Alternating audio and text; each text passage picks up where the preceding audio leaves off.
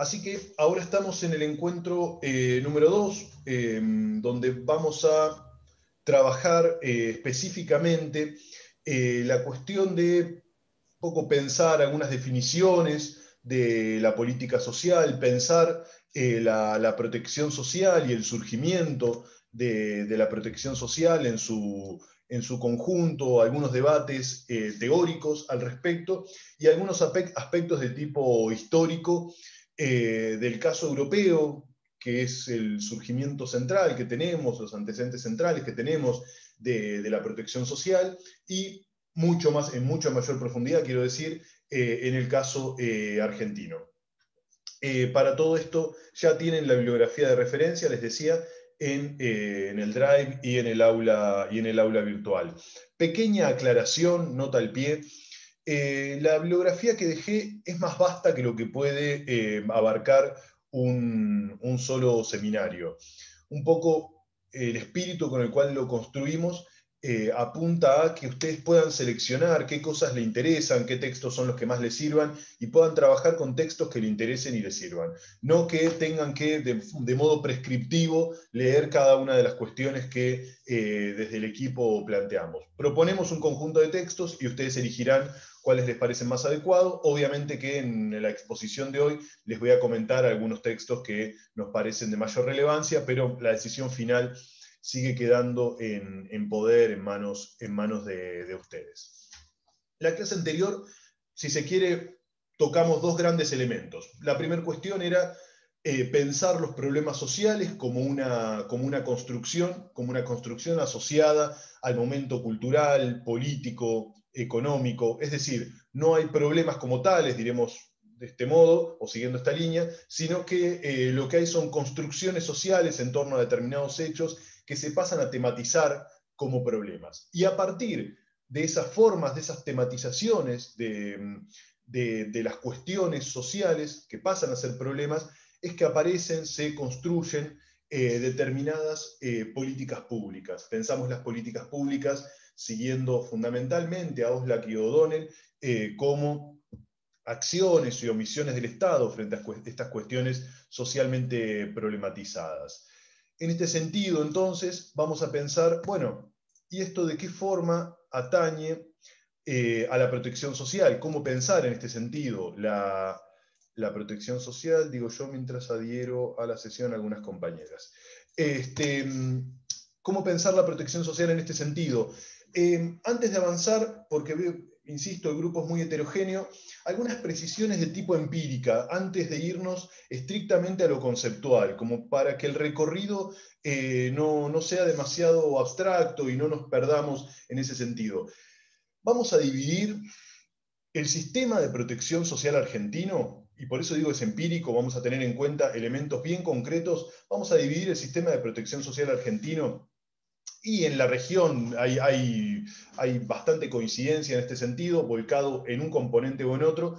Si se quieren, tres grandes elementos, tres grandes columnas que sostienen a la protección social. Como verán, todavía no estoy definiendo teóricamente de qué se trata esto, estoy planteando algunos observables empíricos bien concretos. El primero que vamos a pensar es el sistema de tipo universal, o sea, las políticas sociales de carácter universalista. Vamos a decir en este sentido que esta forma de la política social son aquellas a las cuales se puede acceder por la condición únicamente de ser ciudadano de un Estado-nación. En este caso, la semana pasada, adhiriendo a Oslak, hablábamos de qué pensábamos en torno a esta idea de el Estado-nación como un conjunto de pertenencias que son de tipo cultural, que son territorial, institucional, que tienen que ver también con el uso o el monopolio de la producción jurídica, de la producción de violencia, de la producción de papel moneda, ¿sí? De circulante para la interacción económica,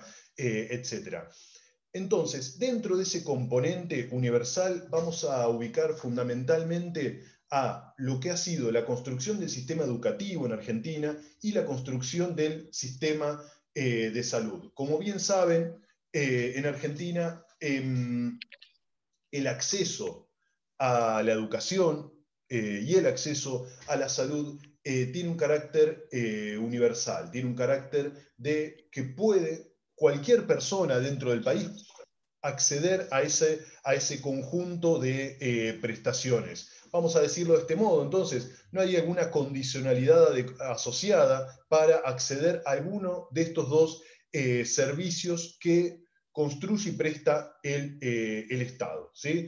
Ahí tenemos una primer columna, un primer observable para pensar de qué manera funcionan las políticas sociales de carácter universal. ¿Sí?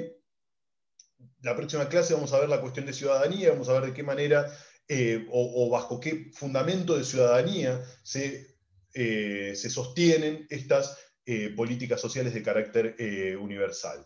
Del otro lado o en el otro polo de esta forma de pensar la política social es que tenemos las políticas sociales asistenciales, vamos a decirle, adhiriendo fundamentalmente al planteo de Grassi.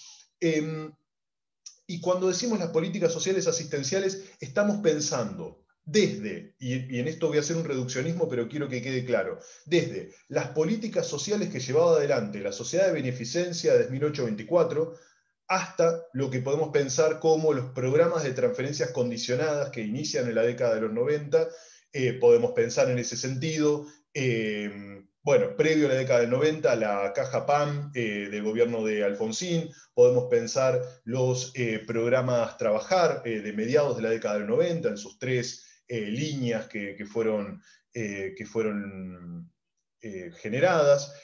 Podemos pensar también, con particularidades muy especiales, el programa o el plan Jefes y Jefas de Hogar Desocupados. ¿Sí? Digo, estoy pensando en ese conjunto o en esos programas que, si bien ustedes me dirán, bueno, pero hay muchas diferencias entre uno y el otro, bueno, todos ellos se incluyen dentro de los programas de carácter estrictamente asistencial.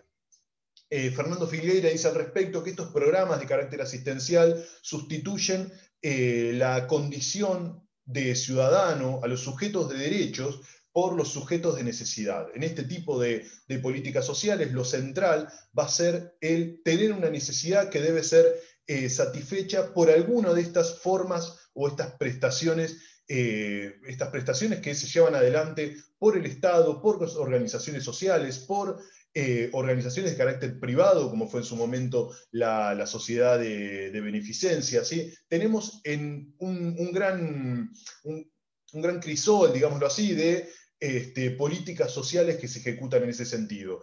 Si se quiere, el pasaje fundamental que hemos observado en Argentina y creo que ustedes tienen más analizado, es lo sucedido en la década de los 90, en donde básicamente se comienza a plantear un modelo de política social tendientemente volcado hacia la focalización. Y ahí aparece otro concepto que me parece que es fundamental para el trabajo social, que es la idea de focalización. Esto tiene una enorme importancia en la forma de construir la política social en la década de los 90. Básicamente la focalización se trata de construir grupos objetivo, poblaciones meta, esto se va a llamar de distintas maneras según los autores que tomemos o las autoras que tomemos, pero a lo que se está refiriendo fundamentalmente es construir un sector merecedor de la política social. ¿De qué manera lo vemos? Bueno, básicamente cuando analizamos el diseño del programa, encontramos a estos grupos meta, que son aquellos que van a ser quienes pueden acceder al programa. Yo les estoy dejando en la carpeta del Drive una publicación que es más o menos reciente, que produce el Ministerio de Desarrollo Social y que tiene que ver con los programas que actualmente se están ejecutando en Argentina. Es un resumen del Observatorio de Monitoreo de Programas Sociales, y lo que nos permite ver es al 2021, esto fue terminado a fines del 2020 en realidad, qué programas existen, y en realidad no es para que hagan un estudio de todos ellos, sino para que tomen alguno de estos programas al azar y puedan ver que en todos los programas en algún momento dice población objetivo. Bueno, la población objetivo y los criterios de admisibilidad del programa son de qué forma se construye la focalización del programa, ¿sí? O sea, quién puede acceder. Yo creo, en esto hago una pequeña consideración, incluso para el debate, si diera, Creo que la focalización en general, cuando pensamos en términos de ciudadanía, es problemática porque básicamente está planteando la necesidad de ser parte de un sector social para poder acceder a esa condición de ciudadanía que implica el acceso a la política social. Por lo tanto, yo adhiero a este planteo de Filgueira, esta idea de el sujeto de necesidad por sobre el sujeto de derechos. ¿Sí? Eso es claramente problemático, pero también es claramente problemático que las restricciones fiscales de estados como el argentino requieren algún modo de intervención que requiera momentos de focalización, sobre todo cuando se deja de pensar. El año pasado creo que hubo un avance en ese sentido, de pensar la cuestión de la universalidad, o de pensar un ingreso ciudadano, o algo parecido a la renta básica. Se discutió bastante el año pasado, sobre todo de la mano del IFE que se había empezado a gestionar. Lo que sucede es que la dirigencia política tradujo ingreso ciudadano o renta básica en términos de un ingreso para pobres, y dista mucho de que tal cosa sea un ingreso ciudadano. No es el objetivo de este programa hablar de renta básica. Yo en la próxima clase voy a tratar de hablar un poquito de renta básica y voy a dejar un poco de bibliografía al respecto, pero hay un texto que les recomiendo, que es de un español, él diría de un catalán en realidad, que es Daniel Raventós, que habla del derecho a la existencia. A partir de la idea del derecho a la existencia es que él construye la idea de renta básica, pero también de la mano de pensar la cuestión de la renta máxima. Y me parece que es una idea bastante interesante, porque pensar la renta básica o pensar un ingreso ciudadano, un ingreso básico, algo de ese tipo, requiere también pensar cuáles van a ser los nuevos arreglos fiscales para que se puedan generar este tipo de políticas. Y obviamente que es un pacto redistributivo que implica otras formas de relaciones, incluso otro proyecto societal, podemos pensar en este sentido. Por lo tanto, también tendrá que ir de la mano, y cuando Raventós incluye esta cuestión de la renta máxima, está diciendo que hay niveles de acumulación intolerables para sociedades que padecen los niveles de exclusión como padecen las sociedades modernas. Por lo tanto, en ese sentido, poner un límite a la acumulación también es una manera de poner un límite a de qué manera se distribuye la riqueza. Ustedes me dirán, posiblemente quienes sean más sagaces de este foro, es que no hay un acuerdo social al respecto, que no hay la legitimidad de construir un discurso para que esto pueda ser válido, pueda ser ejecutado por la política. Yo creo que ahí hay un problema de construcción de discurso al respecto que nos permita, quiero decir, si todavía se está discutiendo si la asignación universal por hijo se va o no, como se supo decir en un momento, por la canaleta del juego y el alcohol, una cosa por el estilo, decía Sanz. Bueno, si todavía esos debates están presentes, si todavía sucede, hay discursos convalidados en esa dirección, y estamos pensando de un programa que sigue siendo de transferencias condicionadas, como la asignación universal por hijo, que sigue diciendo a los sectores populares: acrediten escolaridad, acrediten salud, para que se produzca la transferencia monetaria. Entonces, todavía frente a un programa condicionado, encontramos ese tipo de expresiones. Difícilmente podamos avanzar el debate hacia el pensamiento de avanzar, bueno, justamente avanzar en un planteo en torno a la cuestión de una renta básica o algo similar. Bien, dicho esto, en el medio estábamos dentro de los tres componentes, no sé si se habían perdido ya a esta altura, los tres componentes de la protección social. El componente del medio, el componente que un poco a veces olvidamos desde el trabajo social, es el componente de la seguridad social, que es la forma de la política social central a través de la cual se organizaron las políticas sociales en Argentina. García Delgado dice al respecto: el empleo formal ha sido la modalidad central de acceso a la ciudadanía social. Es decir, el empleo formal es el lugar donde se garantiza el acceso a de qué forma se gestionan los riesgos sociales. Riesgos sociales, accidentes laborales, la cuestión de las pensiones o jubilaciones en la vejez, de qué manera se incorpora un salario complementario anual, ¿sí? Lo que llamamos aguinaldo, vacaciones, etcétera, etcétera. Todas ese tipo de cuestiones se garantizan, se pueden proteger a través de lo que es el empleo, y no cualquier tipo de empleo, sino el empleo formal. El empleo formal va a ser entonces la manera a través de la cual el conjunto de la sociedad argentina se puede asegurar. Ustedes me señalarán que el problema que tenemos, sobre todo en contextos de contracción del mercado de trabajo y en contracción especialmente del mercado de trabajo formal, lo que encontramos es que el trabajo cuidado, el empleo con un contrato, con todas estas garantías, con la posibilidad de saber que no me van a echar de un día para el otro, o si así fuera, debo ser adecuadamente compensado.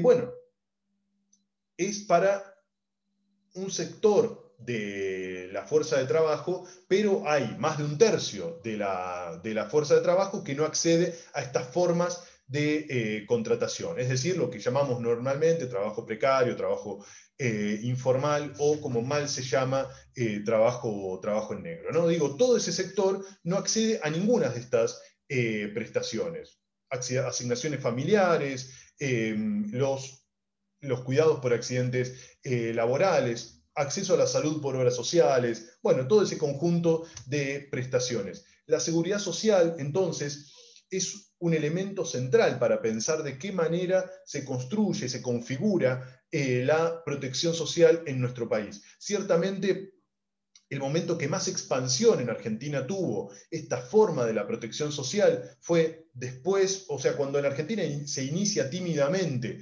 el modelo de industrialización por sustitución de importaciones, se comienza a configurar marcadamente esta modalidad, y obviamente que con el primer peronismo es cuando se construyen las bases sólidas para pensar esta forma de la protección social, pensando en un concepto keynesiano clave, que era el pleno empleo. Y en ese contexto hay una compañera que levantó la mano. Sí, adelante.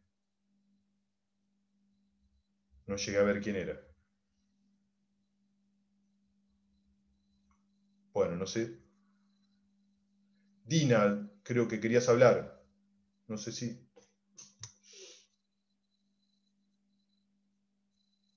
Yo no la escucho a la compañera. ¿Alguien la escucha?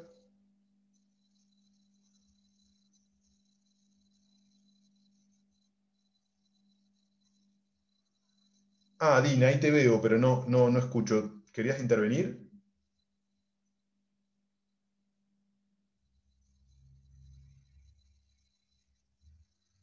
O si querés escribir en el chat, como prefieras.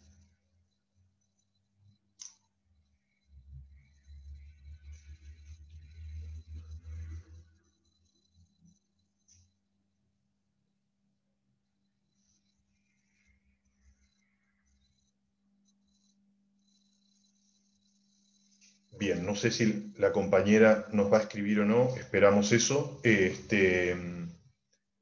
Ahí veo que está conectando el audio. Bueno, cuando puedas, no, me interrumpís automáticamente, no hace falta lo de la mano, porque justo no lo había visto.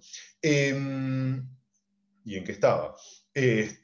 No, bueno, la seguridad social entonces se va a construir fundamentalmente en ese primer peronismo, va a tener una expansión, podemos decir, hasta la década del 70, que es cuando hay un quiebre de modelo productivo, de modelo de desarrollo, y obviamente hay un quiebre de la mano de la dictadura militar, de perspectivas políticas, de perspectivas en torno a los sindicatos, y hay básicamente un modelo económico que hemos consensuado en denominar los inicios del neoliberalismo. Yo creo que cada vez que se dice neoliberalismo así livianamente, creo que es siempre un reduccionismo. Yo creo que son mucho más interesantes los textos que hablan de procesos de neoliberalización, porque en realidad me parece que es algo que va en curso, que toma una dirección. No lo podemos pensar como una llegada o como un inicio de una llegada. Sí creo que la década de los 70, sobre todo de la mano de lo que geopolíticamente sucedía, y pienso fundamentalmente en los gobiernos de Reagan y de Thatcher en Inglaterra, que se comienza a pensar seriamente en la cuestión de que el Estado debía hacer una modificación del lugar que ocupaba, vamos a decirlo así. No una ausencia, no, esto lo dijimos en la clase anterior, no una ausencia, no el Estado no está, sino que el Estado está atendiendo a otros intereses, porque el Estado es indispensable para garantizar la seguridad jurídica de la propiedad privada. Por lo tanto, no hay sociedad capitalista sin Estado. La pregunta es: ¿qué tipo de Estado? No es tan fácil como decir Estado ausente, porque tal cosa no sucedió nunca en la historia del capitalismo aún. Y en los momentos más álgidos del capitalismo, y cuando las cosas, vamos a decirlo así, se complicaban, fueron los estados los que salieron a salvar a los privados. Piensen en la crisis de los créditos subprime en el 2008, que los estados salieron a financiar a los privados para que la cosa siguiera funcionando. Algo muy similar sucedió en la década del 30, post-crack de la bolsa de Wall Street. Por lo tanto, el Estado va a ocupar distintos lugares, y es eso lo que sucedió en el proceso de neoliberalización que se inicia en Argentina a partir de la década de los 70. Hasta ahí tenemos entonces tres grandes componentes observables empíricos para pensar la cuestión de la protección social en Argentina y en la región. Vamos a un segundo momento. Ahí no sé si la compañera nos quiso decir algo, nos quedamos con la duda. Recuerden que cuando se corte el Zoom entramos de nuevo con los mismos códigos. Vamos a tratar de avanzar algunas definiciones de política social. Y ahora vamos a movernos en un terreno un poco más teórico o abstracto. Primera definición que vamos a tratar de avanzar, que es muy breve, pero tiene muchas cosas para desglosar, es lo que nos dice Spin Andersen sobre este asunto. Spin Andersen es un autor que voy a tratar de irme echando y tocar con más detenimiento en la próxima clase. No sé cuántos de aquí lo conocen a este autor, pero bueno, primera definición que nos va a decir es pensar la política social como la gestión pública de los riesgos sociales. Como verán, es una primera aproximación muy sencilla. Piensa que Spin Andersen que se trata de la política social, se trata de pensar de qué manera públicamente se gestionan riesgos colectivos. Se gestionan riesgos que no me suceden a mí, no le suceden a Anunciada, a Bea, a Melissa, hablo de los que están en cámara, no son particulares de alguien, no le suceden a Dina, que nos quedamos con la duda de lo que iba a decir, sino que se tratan de riesgos sociales, riesgos que por un conjunto de problematizaciones, como decíamos la semana anterior, pasan a ser colectivos, o sea, se consideran como riesgos colectivos. Y en este punto me voy a detener con una pequeña anécdota que ya he contado, pero el público se renueva, dijo alguien, así que la vamos a analizar nuevamente, que es esa famosa conferencia de Margaret Mead, una antropóloga americana, cuando le preguntan cuál es, o para ella, cuál fue el inicio de la civilización, ¿no? Y en antropología, una clase de antropología, se avanzaron varias respuestas, ¿no? Se cuenta que, bueno, un inicio de la civilización podía ser una vasija, o podía ser el uso del fuego, o podía ser el arado, o sea, podían ser distintos hallazgos que indicaran un manejo técnico de algún área, ¿no? El área de la cocina, el área de la producción agrícola, o sea, algún área concreta de la vida más de tipo práctica. Y en ese sentido, Margaret Mead dice que si bien esos son hallazgos relevantes para pensar los inicios de la civilización, para ella el primer inicio para pensar la civilización es el hallazgo de un fémur que ha sido sanado. ¿A qué se refiere la antropóloga con esto?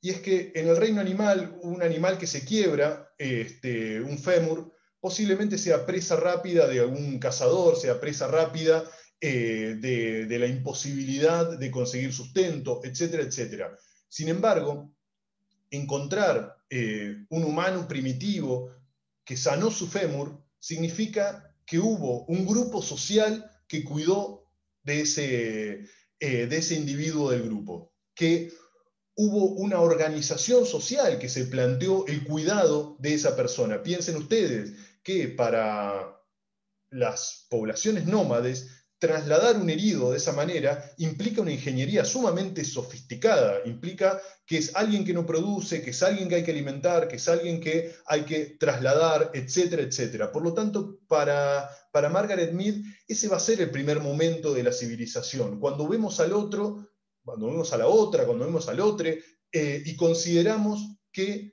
hace falta establecer todo un sistema de cuidados en torno a sus necesidades, que las necesidades de un individuo de ese grupo son necesidades de carácter colectivo, es decir, son riesgos de carácter colectivo que el grupo en su conjunto va a tener que asegurar. Ciertamente esto que dice Mead nos ayuda a pensar algo que actualmente estamos problematizando con frecuencia, que es el problema del sistema de cuidados, ¿sí? Algo que se ha instalado con enorme fuerza, sobre todo a partir de las consignas del movimiento feminista, sobre todo pensando que las tareas de cuidado son tareas feminizadas, pero también tiene una enorme relación con pensar de una manera mucho más general la cuestión de la cuestión de la protección social, la cuestión de qué modo hay riesgos que deben ser asegurados, en el sentido de que decía Spin Andersen. Entonces, esos riesgos de los que estamos pensando pueden ser riesgos de carácter coyuntural, es decir, alguien que se rompe un fémur, como decíamos recién, es un riesgo de carácter coyuntural. Hay un tiempo, vaya a saber cuál, por suerte no me sucedió, que implica la sanación del fémur y posteriormente una recuperación y una reinserción en el conjunto de actividades que hacen el grupo. Y hay otro conjunto de riesgos, va a decir Spin Andersen, que son riesgos de carácter perennes, son riesgos que permanecen, o porque son riesgos latentes, o porque son riesgos asociados a determinado momento de la vida.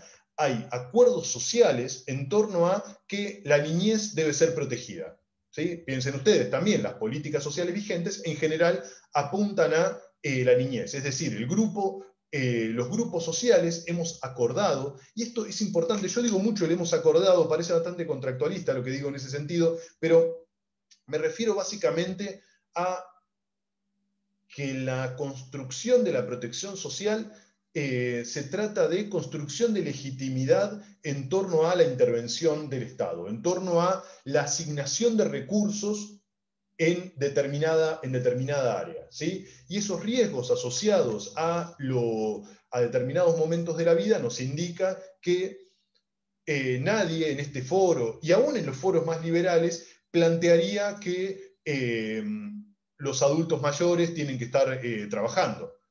Bueno, sí, se escuchan cuestiones como, bueno, pero hay que subir un poquito la edad jubilatoria, están viejos pero no están tan viejos, entonces podrían trabajar un poquito más, pero eso es otra cosa. Digo, bueno, me iba a ir un ejemplo de coyuntura, pero va muy largo.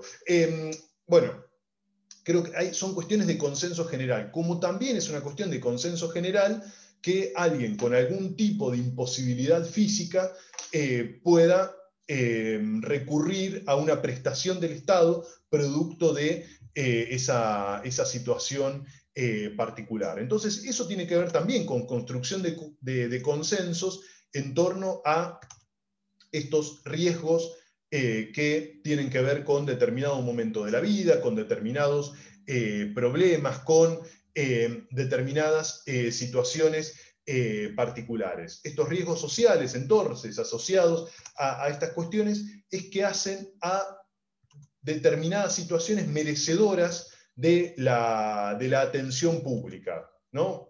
Volviendo al ejemplo de Mead, a la congregación de esfuerzos grupales en torno a la gestión de estos riesgos, ¿sí?